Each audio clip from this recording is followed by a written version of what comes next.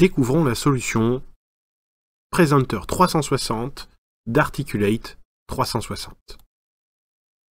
Presenter 360 est un complément qui vient s'ajouter dans l'outil PowerPoint. L'idée de cet outil, c'est de s'appuyer sur l'existant que vous avez, donc des documents PowerPoint, et de venir les enrichir de diverses manières. Donc on retrouve cet onglet ici, Articulate. Alors pour plus de simplicité, je vais aller ouvrir un document existant, parcourir sur le bureau, et prenons cet élément-là.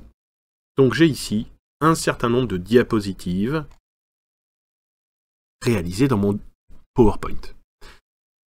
Je vais pouvoir donc rajouter ce qu'on appelle des fonctions d'enregistrement audio. Donc soit j'importe des fichiers audio enregistrés ailleurs, soit je viens enregistrer ma voix directement sur le PowerPoint. L'intérêt, comparé à l'outil de PowerPoint, c'est que vous allez avoir à disposition un banc de montage qui vous permettra ensuite de redécouper des éléments, si vous le souhaitez. On va retrouver également la possibilité d'enrichir notre document PowerPoint d'éléments tels que des questions, donc des quiz, ou alors des interactions que l'on retrouve en fait sur Engage.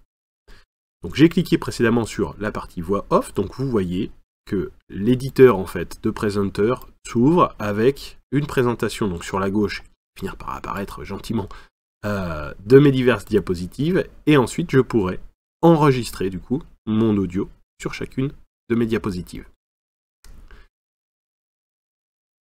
Si je reviens donc dans l'outil PowerPoint avec l'onglet Articulate, donc comme je vous le disais, on peut intégrer donc du quiz post PowerPoint éventuellement, donc tout à la fin de mon support de formation. Si je décide d'ajouter une nouvelle diapositive, je vais prendre une diapositive, peu importe son format, et à l'intérieur, il y a Articulate. Ici, je vais pouvoir dire je veux intégrer du Quizmaker. Donc ensuite, soit je crée un nouveau questionnaire, soit je vais chercher un questionnaire existant, et à ce moment-là, je pourrai aller sélectionner un élément.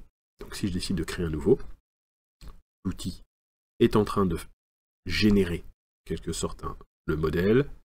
Voilà, je lui mets un petit titre.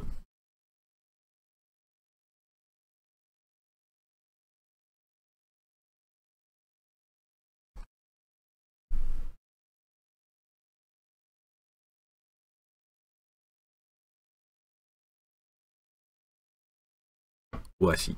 Et donc là, on me dit que cette diapositive sera un questionnaire avec des informations administratives enfin, que l'on retrouve dessus, et je vais pouvoir donc soit modifier les propriétés, soit modifier directement le quiz en cliquant dessus. À partir de ce moment-là, du coup, l'outil Quizmaker va se lancer et je pourrai rajouter des activités. Donc on retrouve la partie Quizmaker qui apparaît ici, et là, charge à moi d'aller rajouter un quiz noté, éventuellement une question ou quoi que ce soit. Donc, je vais prendre juste un format libre, un format vrai-faux tout simplement, et je vais ensuite rédiger ici, hop, une question, enregistrer et revenir dans Presenter.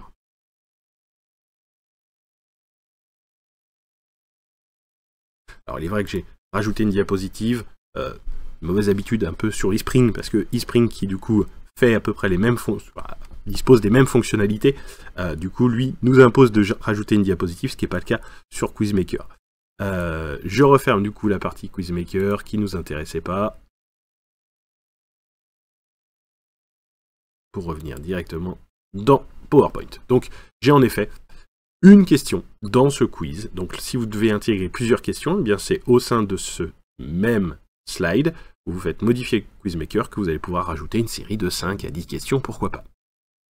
Si je reviens au début de mon outil, donc je vais pouvoir importer également des vidéos, des liens vers des éléments distants.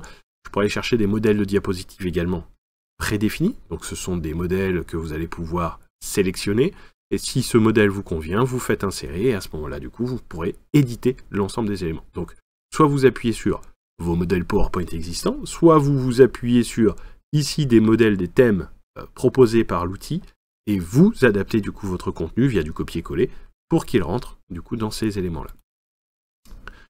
Donc avec l'outil, on a accès à ce qu'on appelle la Content Library, donc c'est la bibliothèque de l'ensemble des éléments. Alors ça peut être des personnages si vous souhaitez aller chercher des personnages, donc on va retrouver des personnes plutôt réalistes, mais on va aussi trouver du dessin animé. Voilà, donc un certain nombre d'éléments, soit de la photo, soit du réaliste, soit du dessin animé, donc il suffit de sélectionner, désélectionner pour retrouver les éléments. On télécharge, et à ce moment-là, on dispose soit une vue de droite, vue de gauche, et on pourra jouer ensuite sur les tenues, si on le souhaite, pour filtrer. On peut importer des photos, des illustrations, des icônes également. Il y a une bibliothèque d'un certain nombre d'icônes à disposition. Donc si je voulais un bouton, par exemple une checkbox, si je cherche ici une check, eh bien je retrouve des checkbox. Donc ce qui est intéressant surtout ici, c'est que l'on va pouvoir, hop, je vais l'agrandir comme ceci, et on pourra, si on le souhaite, eh bien, pardon, dans le format graphique, changer la couleur de remplissage. Donc on va essayer d'être plutôt sur du vert. À partir du moment où on parle d'une check, c'est plutôt l'idée. Et vous êtes libre de choisir et d'intégrer les éléments.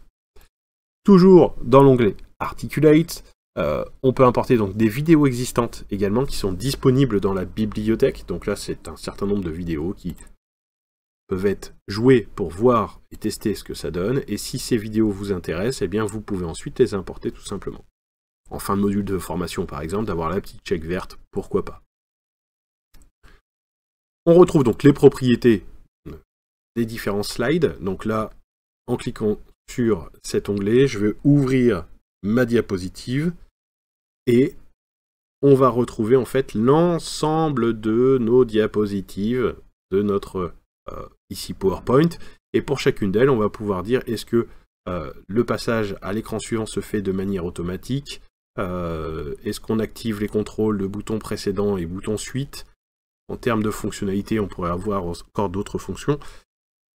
Tout est paramétrable et vous avez la possibilité également de modifier ce que l'on appelle le menu. Donc c'est lorsque l'on fera un export du contenu de formation, eh bien c'est de voir le titre de l'ensemble de nos diapositives. Donc, il en existe un par défaut ici, puisque chaque diapositive ont été construites avec du coup les titres de PowerPoint.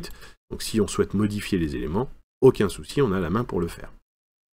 Et on peut choisir ce qu'on appelle ici le modèle de lecteur. Alors là, ici, j'ai un lecteur qui est plutôt l'ancienne version du lecteur, mais on a la possibilité d'aller sélectionner en fait un lecteur différent et de pouvoir, en plus de ça, personnaliser les éléments à l'intérieur. Je quitte cette partie-là, également ici. Chose très intéressante avec Storyline Presenter 360, c'est les problématiques de traduction que vous pouvez régler. Donc, exemple, ici j'ai un contenu qui est en français. Si ce contenu, je souhaitais le traduire dans une autre langue, donc je ferai une duplication de mon document PowerPoint. Et surtout ensuite, je ferai une exportation au format soit Word, soit XLIF. Donc XLIF, c'est le format préféré, je dirais, pour la traduction des contenus. Et donc ensuite, vous pourrez réimporter la nouvelle langue dans votre document PowerPoint et automatiquement, donc l'ensemble des textes traduits seront réinjectés au bon endroit. Ce que vous aurez simplement à refaire ensuite, c'est retirer éventuellement les zones, redimensionner et valider en quelque sorte la taille, que ça corresponde bien. Sur le lecteur, j'en parlais juste avant, donc on a la possibilité de venir personnaliser un certain nombre de choses. Laisse l'outil ouvrir, voici comme ceci. Donc ici, je vais pouvoir aller choisir ce que je veux voir affiché sur mon lecteur. Est-ce que j'aimerais voir intégrer le logo également? Donc il faudrait simplement aller chercher après un logo sur mon ordinateur pour pouvoir rajouter cette partie-là. Et ainsi de suite. On peut y associer également des ressources, un glossaire si on le souhaite. Tout est personnalisable et on pourrait même très épurer finalement cet élément pour finalement désactiver tout ce qui nous semble inintéressant. On garderait juste, par exemple ici, voilà, notre diapositive avec la barre de progression, le bouton suivant et le bouton précédent. Ok. J'annule pour revenir à l'état. Une fois que l'on a terminé en quelque sorte notre travail, donc on a la possibilité de faire l'aperçu pour voir ce que ça donne, mais surtout de venir publier le contenu, histoire de soit l'exporter en format, ce qu'on va appeler web, pour le mettre à disposition sur un site internet, sans les problématiques, je dirais, de reporting, de suivi des apprenants, soit dans un format ce qu'on va appeler LMS. Donc là, vous choisissez soit du SCORM 1.2 si vous publiez sur Moodle par exemple, SCORM 2004 si votre plateforme de formation permet notre export. Donc format web, je vais évoquer. Review 360 pour soumettre à relecture auprès d'un tiers. Et également à savoir que vous pouvez exporter en format Word, soit les notes du présentateur, soit ce qu'on appelle le storyboard. Donc en fait, ce sont les planches de l'ensemble de vos diapositives avec la partie commentaire intégrée. Voilà, rapidement pour Presenter 360 de la suite Articulate 360. C'est un outil qui répond pleinement aux attentes des formateurs qui souhaitent se lancer dans la digitalisation de leur offre de formation. Et très clairement, c'est intégré à PowerPoint, donc c'est d'une simplicité en termes de prise en main. Il y a quelques paramètres parfois qui peuvent être un petit peu dérangeants, donc si vous avez besoin d'aide, d'assistance, de formation, eh bien vous pouvez vous appuyer sur notre expertise ou éventuellement vous connecter sur notre MOOC dgtlearningschool.com. À très bientôt.